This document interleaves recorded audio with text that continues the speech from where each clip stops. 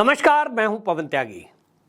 कांग्रेस का जो गठबंधन INDIA नाम से बना, उसमें अभी 2024 के लोकसभा चुनाव में, जबकि 1 साल बचा है, पहले से ही फूट पड़नी शुरू हो गई है। अधीर रंजन चौधरी, जो कि विपक्ष के नेता हैं सदन में, उन्होंने ये पोल खोल दी है और उन्होंने कहा कि ये जो गठबंधन बना है ये मजबूरी में बना है, क्योंकि हमको ये लग रहा है कि अकेले मोदी को हराना नामुमकिन है और इसलिए हमें ऐसे लोगों को साथ लेके चलना पड़ रहा है जो मोदी को हराना चाहते हैं।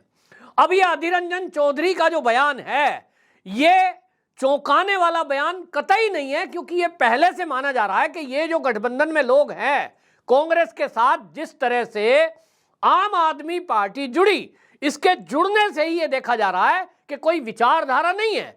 जिस तरह से ममता बनर्जी के साथ कम्युनिस्ट पार्टी जुड़ी, कोई विचारधारा नहीं है, क्योंकि ममता बनर्जी की जो TMC है, ममता बनर्जी ने कांग्रेस से अलग होकर जो स्थापना की थी, उसका एजेंडा ही शुरुआती ये था ममता बनर्जी का, क्योंकि वो कहती थी पश्चिम बंगाल में जो कम्युनिस्ट हैं उन लोगों ने जनता का शोषण किया है और वो तो नक्सली हैं, वो उग्रवादी हैं। किस तरह की बयानबाजी ममता बनर्जी करती थी।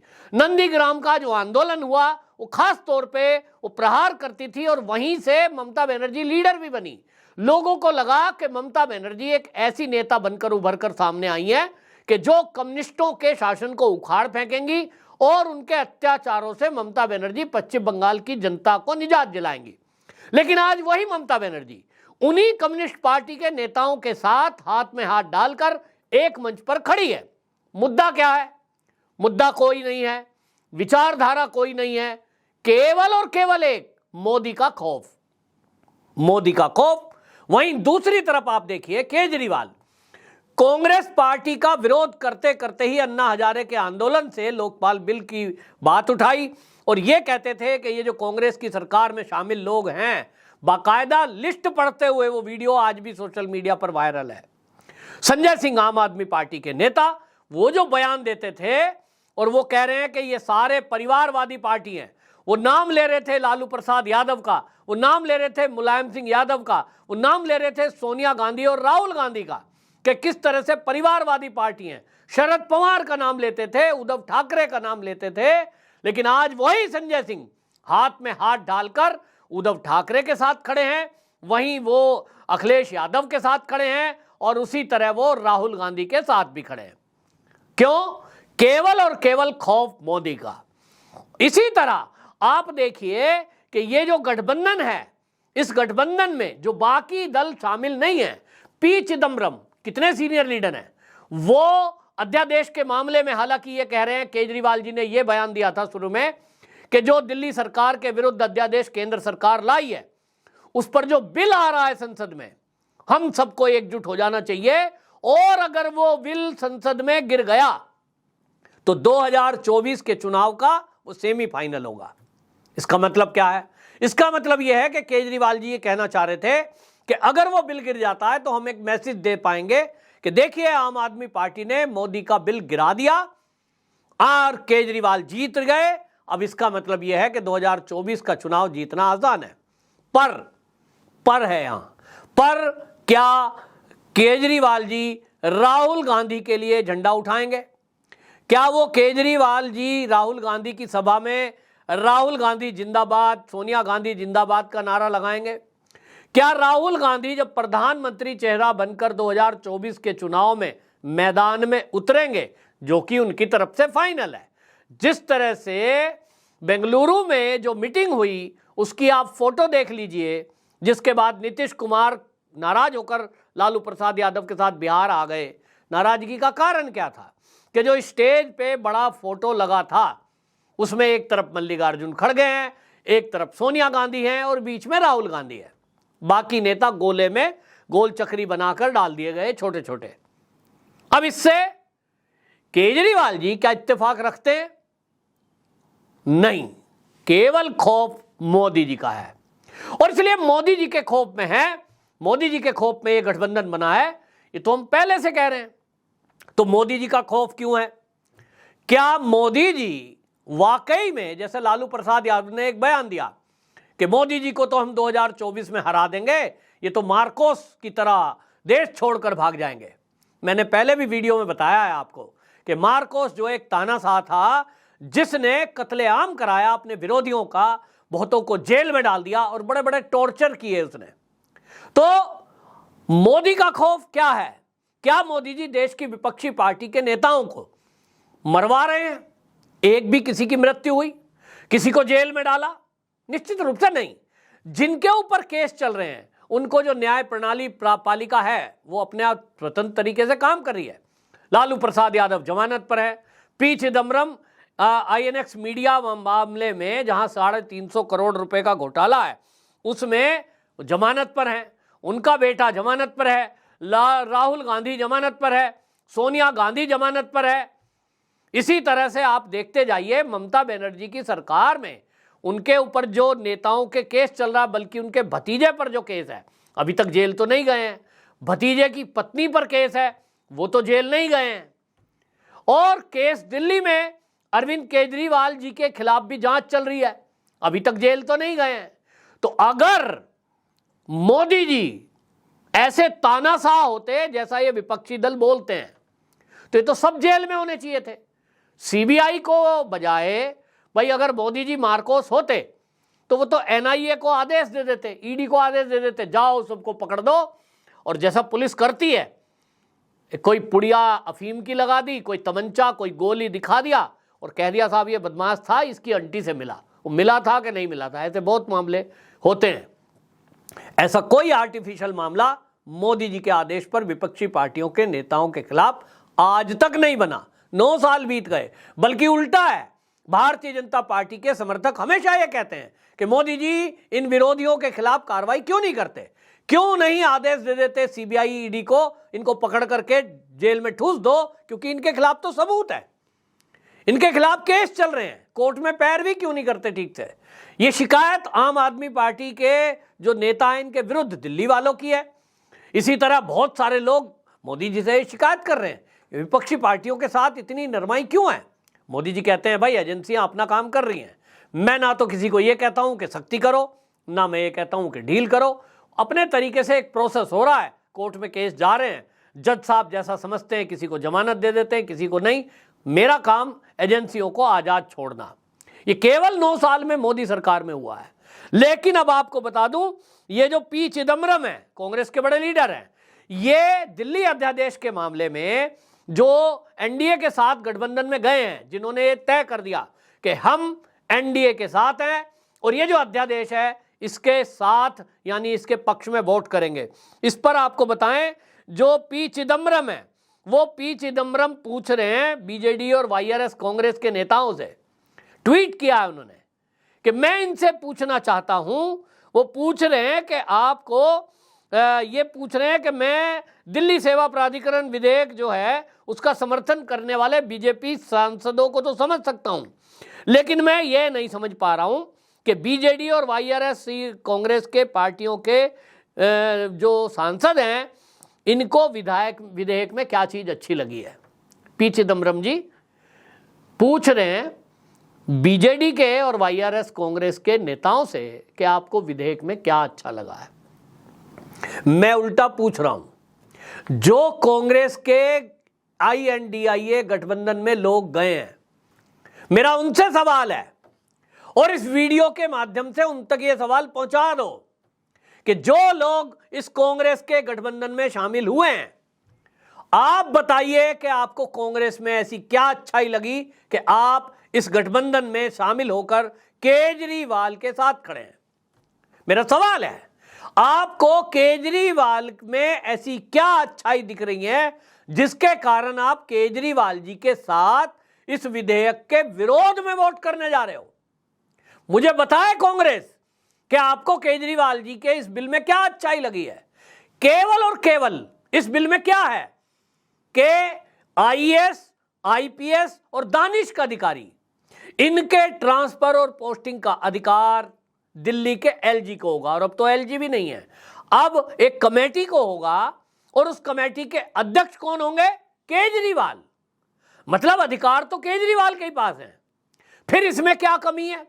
मेरा सवाल है, मुझे बताए जरा ये कांग्रेस समेत पूरे INDIA गठबंधन के लोग जो इस पर विरोध कर रहे हैं। आम आदमी पार्टी से भी सवाल है, क्या आपकी सरकार में आपको काम करने से IAS IPS अधिकारी इसलिए रोकेंगे कि आप उनका ट्रांसफर पोस्टिंग नहीं कर पाएंगे? कमाल की बात है। तो आपसे सवाल है कि जिस कांग्रेस ने देश में 65 साल राज किया, जो देश की गरीबी के लिए जिम्मेदार है, जो देश के बंटवारे के लिए जिम्मेदार है, जो देश में जातीय हिंसा के लिए जिम्मेदार है, जो मणिपुर, कश्मीर, केरल और आज जो पश्चिम बंगाल में हो रहा है उसके लिए जिम्मेदार है, जो 5 करोड़ बांग्लादेशी घुसपैठियों के लिए जिम्मेदार है, जो यहां देश में भ्रष्टाचार के लिए जिम्मेदार है, ऐसी कांग्रेस जिसके बड़े बड़े मंत्रियों के ऊपर भ्रष्टाचार के केस चल रहे हैं, उसके लिए जिम्मेदार है, उस कांग्रेस में आपको क्या अच्छा लग रहा है कि आप हाथ में हाथ डालकर उसके साथ खड़े हो? केवल मोदी में क्या कमी है? मोदी जी में केवल एक कमी है कि जिन्होंने लूटा है वो उनसे लौटाने को कह रहे हैं। केवल इसलिए कि आपको लूटने की छूट नहीं मिल रही है, आपको देश विरोधी हरकतें करने की छूट नहीं मिल रही है। आप जो चाहे किसी के पक्ष में खड़े हो जाएंगे, देश विरोधी ताकतों के साथ खड़े हो जाएंगे। आप चीन के साथ खड़े होकर देश को कमजोर नहीं कर पा रहे हैं। मोदी के चलते बॉर्डर एरिया में सड़क मार्ग बनाए गए, रेल मार्ग बनाए गए, देश की सेनाओं को साजो सामान दिया गया, फाइटर प्लेन दिए गए, पनडुब्बी दी गई, वॉरशिप दिए गए, तो आपको दिक्कत है। देश मजबूत हो रहा है, इसलिए घबरा रहे हो क्योंकि चीन से आपका कुछ समझौता है। ऐसी पार्टी कांग्रेस जो चीन हमारे देश का दुश्मन है, हमेशा हमारा नुकसान चाहता है, हमारी जमीन कब्जाई हुई है, उस पार्टी के साथ जाने से आपको क्या अच्छा लग रहा है? मेरा सवाल उन पार्टियों से है जो कांग्रेस के साथ हाथ में हाथ डालकर खड़े हैं और दिल्ली के केजरीवाल के अध्यादेश के विरोध में वोट डालने जा रहे हैं। वोट डालने के पहले अंतरात्मा की आवाज से पूछें कि ये वही केजरीवाल हैं जो आए दिन पर्चे दिखाते थे कि ये कांग्रेस देखिए भ्रष्ट है। उसके नेता संजय सिंह ये कहते थे ये देखिए परिवारवादियों की पार्टी। आज वो सारे परिवारवादी एकजुट होकर आम आदमी पार्टी के साथ INDIA गठबंधन में खड़े हैं। तो ऐसा क्या हो गया कि केजरीवाल जी और संजय सिंह के लिए वो सारे परिवारवादी अब अच्छे हो गए, सारे भ्रष्टाचारी अब बढ़िया हो गए और वो उनके साथ खड़े हैं, उनसे कह रहे हैं कि आप हमारा साथ दो, हम तुम्हारा साथ देंगे। यही तो चीन से कांग्रेस ने समझौता किया कि आप हमारा साथ दो, चीन को बोला और चीन से कहा आप हमारा साथ दो। मणिशंकर अय्यर तो पाकिस्तान में साथ मांगने गए कि हमारी सरकार चलाने के लिए, मोदी को हटाने के लिए हमारा साथ दो। इसका उलट क्या है कि हम जब सत्ता में आ जाएंगे हम आपका साथ देंगे। तो पाकिस्तान का साथ क्या देगी कांग्रेस जो 65 साल दिया? क्या दिया कांग्रेस ने 65 साल देश में? आतंकवाद। कश्मीर जो आज शांत है ना, ज्यादा पुरानी बात नहीं है। 2014 के पहले का कश्मीर कैसा था अभी भी अखबार उठा के देख लीजिए। और 1990 की कश्मीर फाइल जो मूवी आई थी उसने तो बता ही दिया है। अभी भी घरों में वापसी नहीं करी है उन कश्मीरी हिंदुओं ने। किसकी वजह से? कांग्रेस की वजह से। वही कांग्रेस आज अच्छी हो गई। 65 साल देश पे राज किया, क्यों अच्छी हो गई? क्योंकि जिनको लूटना है उनके लिए वही पार्टी अच्छी है, क्योंकि उसमें लूट की छूट है। जो कांग्रेस के साथ जा रहे हैं वो आप देखें, जैसा मैंने बताया, केजरीवाल हो, ममता बनर्जी हो, लालू प्रसाद यादव हो, नीतीश कुमार लालू की कसम खा के ये कह रहे थे कसम है मैं अब कभी नहीं जाऊंगा, फिर साथ खड़े हो गए। लूटना है, भ्रष्टाचार करना है, पुल गिरवाने हवा में, पानी में। अभी नहीं, अभी गिर रहे हैं ना, अभी तो कोई पूछने वाला नहीं है, कोई हल्ला नहीं कर रहा बीजेपी के अलावा। क्या मजाक बना दिया है। और इसलिए इनकी पोल खुलती दिखाई दे रही है। शरद पवार ने अपने को अलग थलग कर लिया है। अभी ओवैसी भी कह रहे हैं कि शरद पवार को तो एक तरफ हो जाना चाहिए क्योंकि वो मोदी के साथ मंच साझा कर रहे हैं। अरे मोदी के साथ मंच साझा किया, एक सामाजिक कार्यक्रम था वो, तिलक समारोह, जो पुरस्कार समारोह था, उस पर जाने में बौखलाहट है। तो एक तरफ कांग्रेस कह रही है अब कि साहब वो तो उनका कार्यक्रम था क्योंकि अब शरद पवार नाराज दिखाई दे रहे हैं। तो शरद पवार अलग हो गए, अब अधीर रंजन चौधरी का बयान आ गया, दिल्ली के संदीप दीक्षित का बयान आ गया, अजय माकन का बयान आ गया कि आम आदमी पार्टी के साथ हमारा गठबंधन नहीं हो सकता। संदीप दीक्षित ने तो इतना तक कह दिया इसी अध्यादेश के मामले में कि जो केंद्र सरकार अध्यादेश के बारे में बिल लाई है, ये बिल बिल्कुल ठीक है और ये पास होना चाहिए, ये दिल्ली के हित में है। और उन्होंने ये भी कह दिया कि केजरीवाल वो हैं जिन्होंने पहले दिल्ली वालों को बनाया, फिर पूरे देश को बनाया और अब ये एनडीए गठबंधन के नेताओं को बना रहे हैं। क्या मूर्ख, वो शब्द उन्होंने नहीं जोड़ा, वो बाकी लोग जोड़ रहे हैं कि वो कह रहे हैं इन्होंने बनाने का काम किया है। तो अभी भी बरगला रहे हैं कि ये अध्यादेश मेरे को काम नहीं करने देगा। अरे भैया, ट्रांसफर पोस्टिंग नहीं कर पाओगे तो क्या काम नहीं होगा? सारे काम आईएएस और आईपीएस अधिकारी ही करते हैं। कहाँ लिखा है? और पूर्ण राज्य नहीं है, ये तो अमित शाह ने संसद में समझा दिया। काहे जिद पे अड़े हो कि साहब हमारा संवैधानिक अधिकार मारा जा रहा है। तरह तरह के कार्टून बनाकर संजय सिंह जो है ट्वीट कर रहे हैं कि वो मोदी जी को कुदाल लेके दिखाया गया है, वो कमरे में लोकतंत्र की हत्या करके आ रहे हैं। क्या मजाक बना रखा है? लोकतंत्र की हत्या कैसे है? नियम के तहत है भाई। संविधान में यह अधिकार दिया है केंद्र सरकार को कि जो केंद्र शासित प्रदेश हैं उसमें जरूरत पड़ने पर, और जरूरत क्यों पड़ी ये देश को जानना चाहिए। जरूरत इसलिए पड़ी कि जैसे ही सुप्रीम कोर्ट ने इनको अधिकार दिए, तुरंत केवल सबसे पहला काम केजरीवाल सरकार का यह हो रहा था कि जो भ्रष्टाचार की फाइलें सतर्कता विभाग के पास है वो सबूत मिटाए जा रहे थे। क्या ऐसा भारत चाहिए कि जो शासक हैं वो अपने भ्रष्टाचार के सबूत मिटाएं? इसलिए उनको अधिकार चाहिए। ऐसे आदमी को अधिकार क्यों दिया जाए? मेरे और आपके टैक्स का पैसा है, इसको कोई लूटे तो उसको लूटने दिया जाए? क्या अंधेर कर दी है? तो कांग्रेस से सवाल है, पी चिदम्बरम जी आपसे सवाल है, आपको केजरीवाल में क्या अच्छाई दिखाई दी है? वो तो आपके पंजाब में सुपड़ा साफ कर दिया, दिल्ली में सुपड़ा साफ कर दिया। तो क्या आप अपनी पार्टी को खत्म करके केजरीवाल जी को आगे बढ़ाना चाह रहे हो? तो खुल के बोलो, क्योंकि आप ही के नेता विरोध कर रहे हैं पंजाब में, विरोध कर रहे हैं गोवा में, विरोध कर रहे हैं दिल्ली में। तो साफ दिखाई दे रहा है अधीर रंजन चौधरी का बयान कुछ हो रहा है, संदीप दीक्षित का बयान कुछ हो रहा है, अजय माकन का बयान कुछ हो रहा है, और पंजाब से तो सुनील जाखड़ ने कांग्रेस ही छोड़ दी। बोला छोड़ो ऐसी कांग्रेस को। हेमंत बिस्व शर्मा छोड़ गए, ज्योतिरादित्य सिंधिया छोड़ गए, कितने गिनाऊं, सब छोड़ते जा रहे हैं।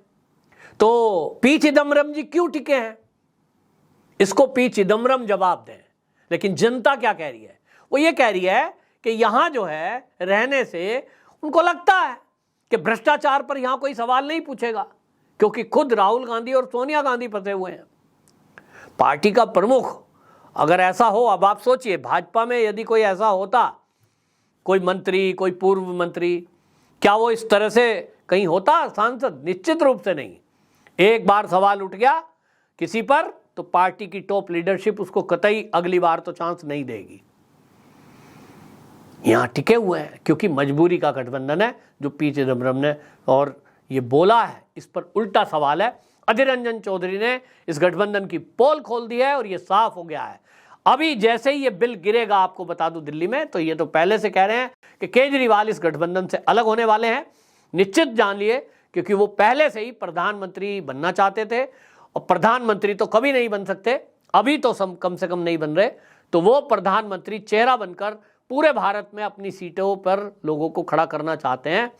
उसके कई कारण हैं, वो आप समझते हैं, लेकिन इसलिए वो अलग होंगे क्योंकि राहुल गांधी के चलते वो राहुल गांधी के पीछे खड़े नहीं हो सकते, वो केजरीवाल की फितरत में नहीं है।